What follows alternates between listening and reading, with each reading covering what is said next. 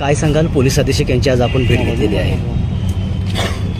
आज पोलीस अधीक्षक साहेबांनी ॲज अ फॅमिली म्हणून भेटायला बोलवलं होतं.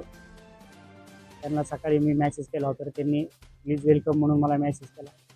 आणि आज तुमच्यासोबत आमच्या कुटुंबियाची जी चर्चा झाली, यशच्या हत्येनंतर जो आम्ही आज बाहेर आलो एस पी साहेबाला भेटण्यासाठी, त्याच्यामध्ये जे काही आम्ही आरोपींचे जबाबामध्ये नाव दिले होते, त्यापैकी त्यांनी 3 आरोपी अरेस्ट केले असे सांगितलेले आहे आणि 2 आरोपी आणखीन त्याच्यातले अटक करणार आहोत. या प्रकरणातील जेवढे आरोपी आहेत त्या सर्व आरोपींना लवकरात लवकर अटक करण्यात येणार असल्याचं त्यांनी आता सांगितलं आम्हाला. आणि ते स्वतः या प्रकरणावर लक्ष ठेवून आणि स्वतः या प्रकरणाची तपासणी करणार आहेत.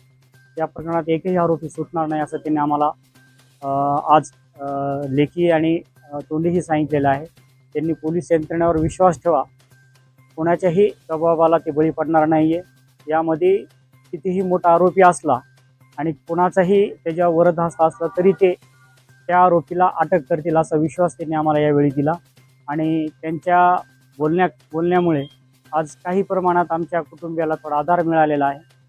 आणि या प्रकरणात जे काही आरोपी आहेत ज्यांचे नावं या प्रकरणात निष्पन्न आहेत, जबाबामध्ये निष्पन्न आहेत, त्या सर्व आरोपींना लवकरात लवकर अटक करण्याची मी मागणी केली आणि त्यांनी ती मागणी आज आमची मनातून स्वीकारली आणि त्यांनी सांगितलेलं आहे की सर्व आरोपींना अटक करणार आहे.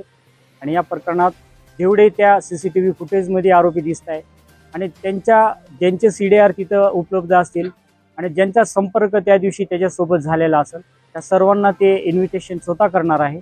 त्यांची तपासणी स्वतः